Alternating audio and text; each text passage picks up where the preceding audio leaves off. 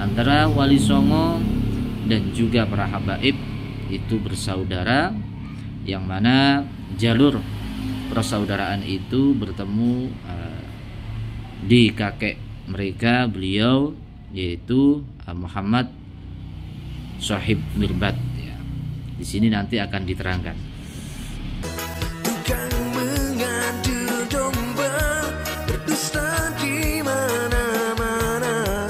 Itulah kelakuan si begal nasab yang tak punya adab. Kasihan si begal nasab. Assalamualaikum warahmatullahi wabarakatuh. Kaum muslimin muslimat, para pecinta ulama, para pecinta habaib, khususnya para pecinta Aulia Tis'ah, yaitu para Wali Songo.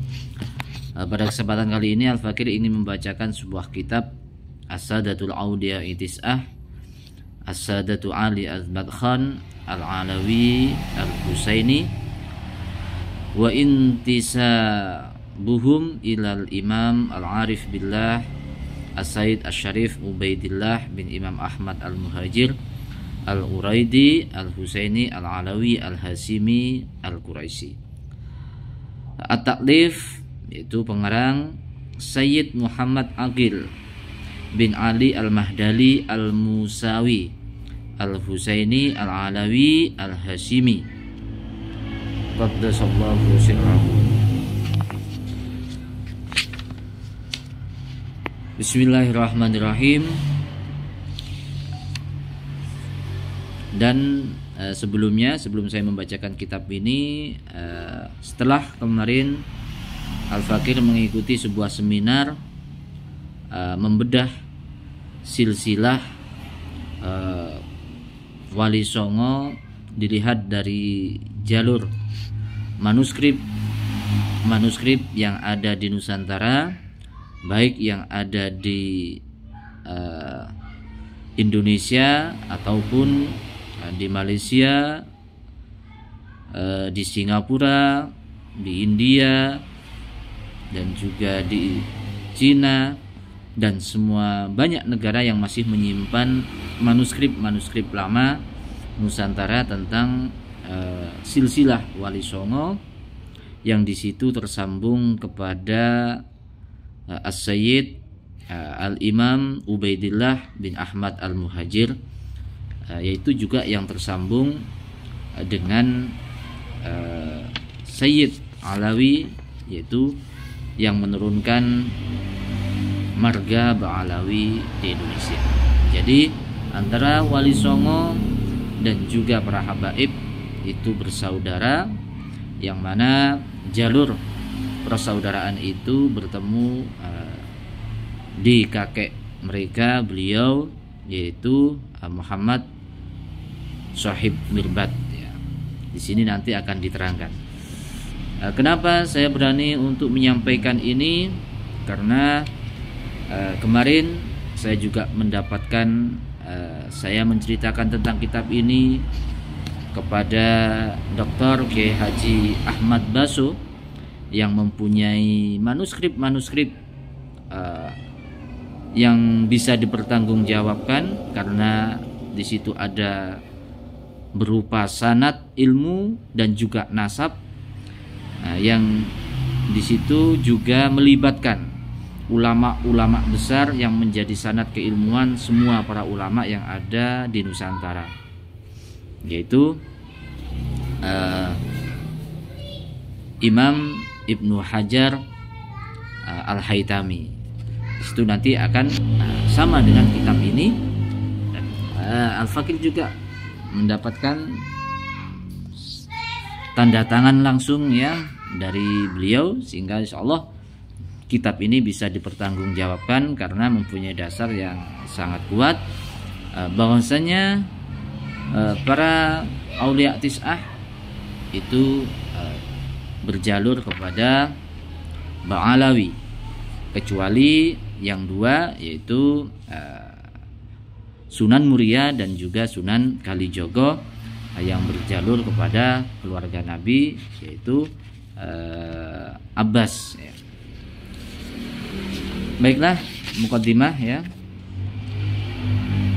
Dalam muqaddimah, alhamdulillahirabbil alamin wassalatu wassalamu ala sayyidina Muhammadin bin Abdillah as-sadiqul amin al-mab'uts rahmatan lil alamin ar-rahmatul muhdah wa ala ali tahirin minal hasanain wal husainin furu'ir rahmatul mubarakah ats-tsabitah ila yaumiddin.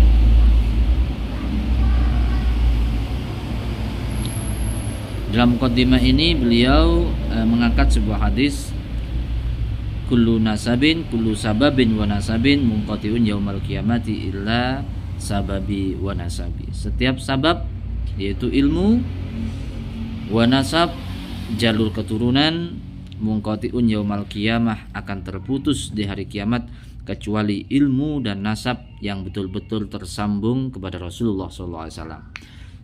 Jadi dari hadis ini nasab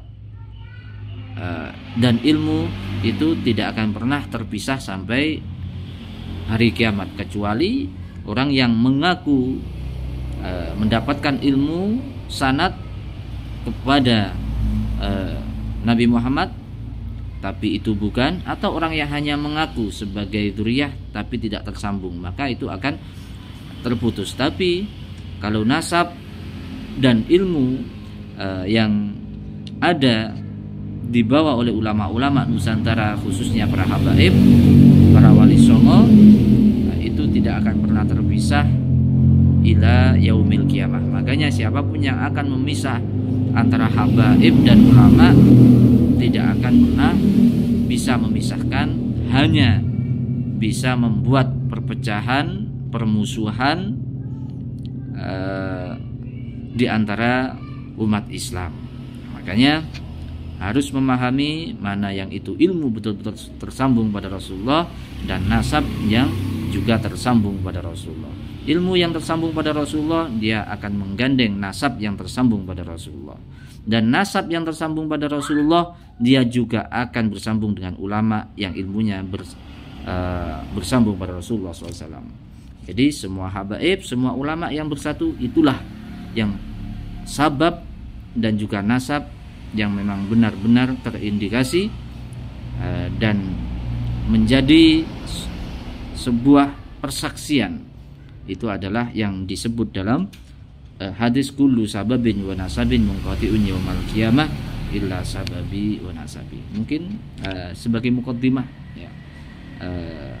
Dan nanti semoga masih ada kesempatan, umur yang panjang, yang manfaat, kita berbagi lagi dengan sejarah-sejarah Wali Songo, bagaimana beliau mewarisi dari Nabi Muhammad tentang perjalanan hijrahnya.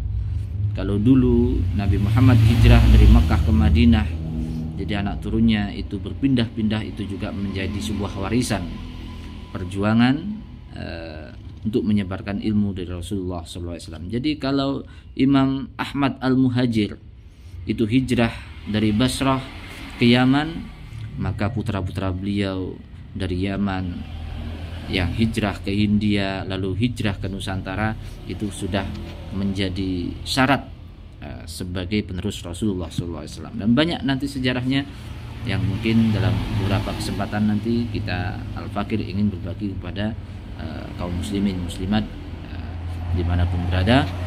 Semoga kita belum berpanjang sehat walafiat dan dipertemukan dalam hal yang lebih baik, dalam keadaan yang lebih baik.